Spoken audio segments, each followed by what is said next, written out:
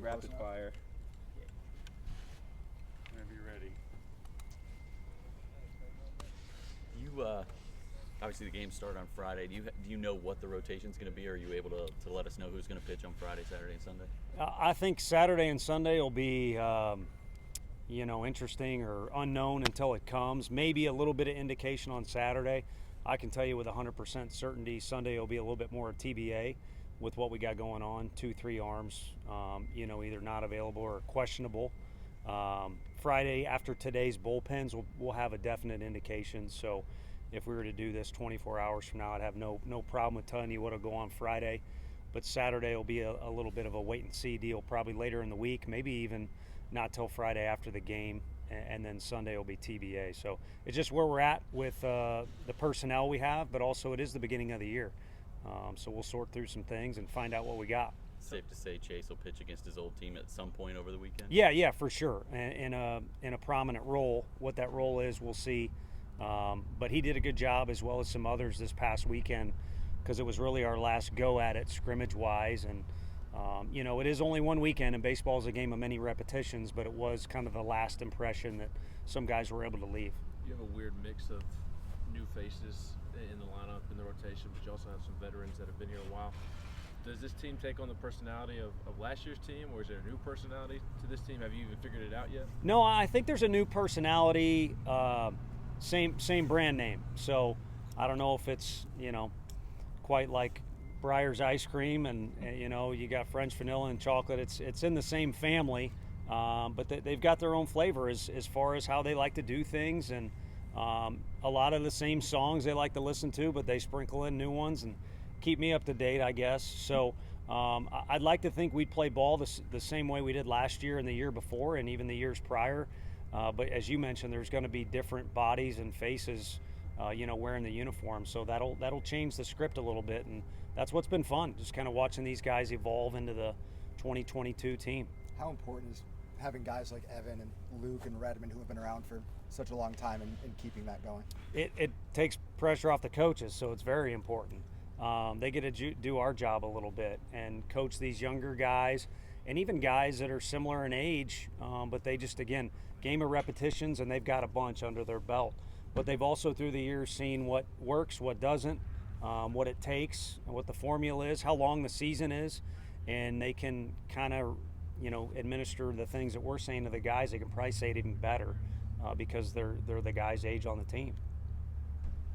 What do you remember seeing from Chase last year at Georgia Southern, and how much did that help, recruiting him here? I remember we kept swinging and missing. It was definitely, they had a lefty that we really liked, and he went to the draft. But they had several good arms they threw at us. Chase was just one of many, but he seemed to get the most swing and misses. Our guys last year really just, for whatever reason, just got off to a slow start offensively, and he was one that took advantage of that. So that's what stuck out. And then somewhere along the line in the summer, he decided he was going to move. I don't know if it had to do with the pitching coach change there or what. And kind of like Drew Gilbert, he looked at 4 or 5 SEC schools and Texas Tech, and very fortunate to have him on board because he's got a great arm, but he's also an incredible kid. How excited are those guys that have been here to get out and play again this year, not only after the success last year, but how last year ended as well? Yeah, I think there was a little extra fuel in the fall. That carryover of Omaha, you finish on a 2-loss streak, if you want to call it that, or you just finish, kind of having your heart ripped out a little bit, and it takes a while for that to go away. Now, since January rolled around and the guys came back, it's been a different tone.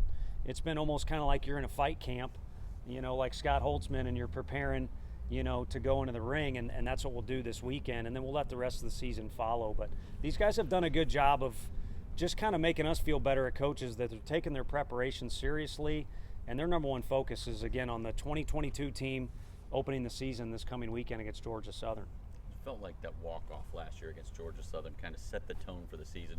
Is it important to set the tone this weekend? I think really what's important this weekend is there's very few certain things in sports, especially college athletics, but I think it's certain that we're both going to get what we want. And this early in the year, we need to get our guys on the field. We need to get repetitions, and there needs to be good competition so that both of us can have a feel for what a competitive conference weekend looks like. And last year, you're alluding to a game that went 14 innings, I believe. what does it look like to be in a game where if you get a bunt down, you win. If you don't make a play this way or that way, you don't win. And I think, in the spirit of kind of repeating what went on last year, it'll be a competitive series, and we'll both get value in that. Do you know who your starting infielders are at this point, or do you expect to cycle through a few different guys there this weekend?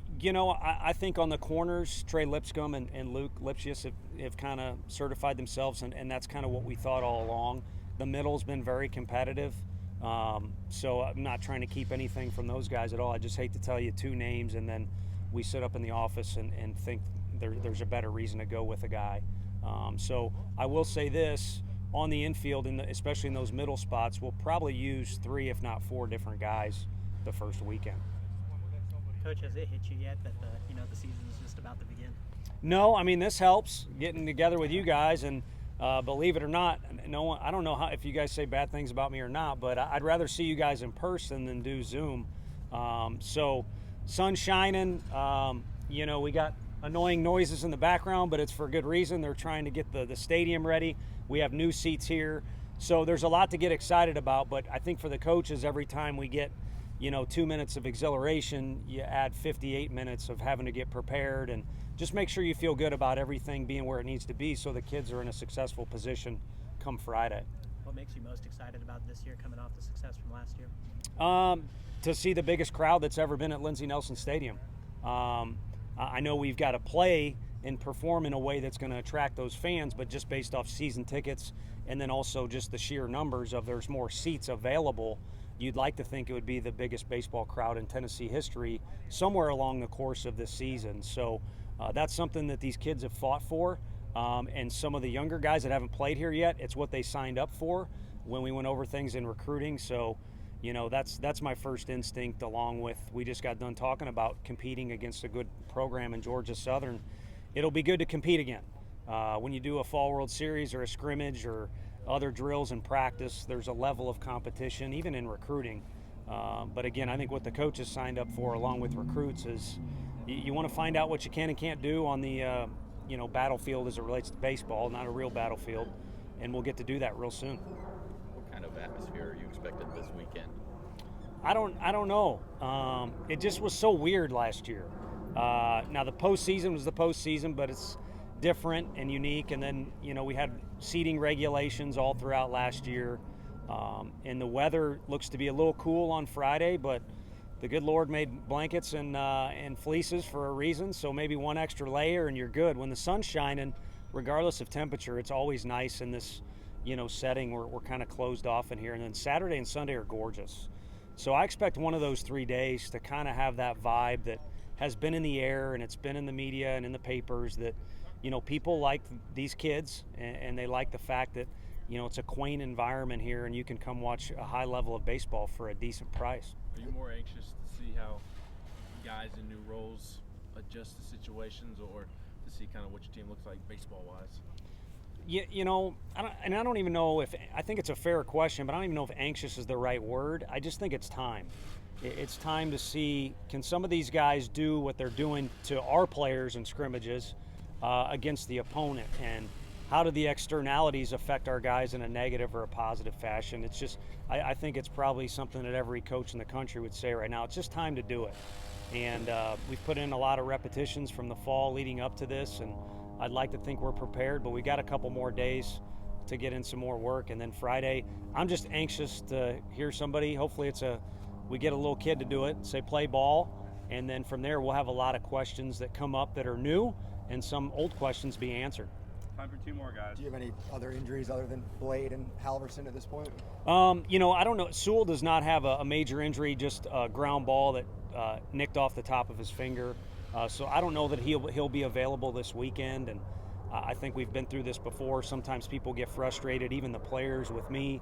We're always going to play it conservative at the end of the year, and then or at the beginning of the year, I'm sorry. And then at the end of the year, which is what I was thinking of, we'll give a guy to like Sewell, a reliever, the ball and let him go as long as he can in the SEC tournament, or run a reliever out there multiple times with our season on the line.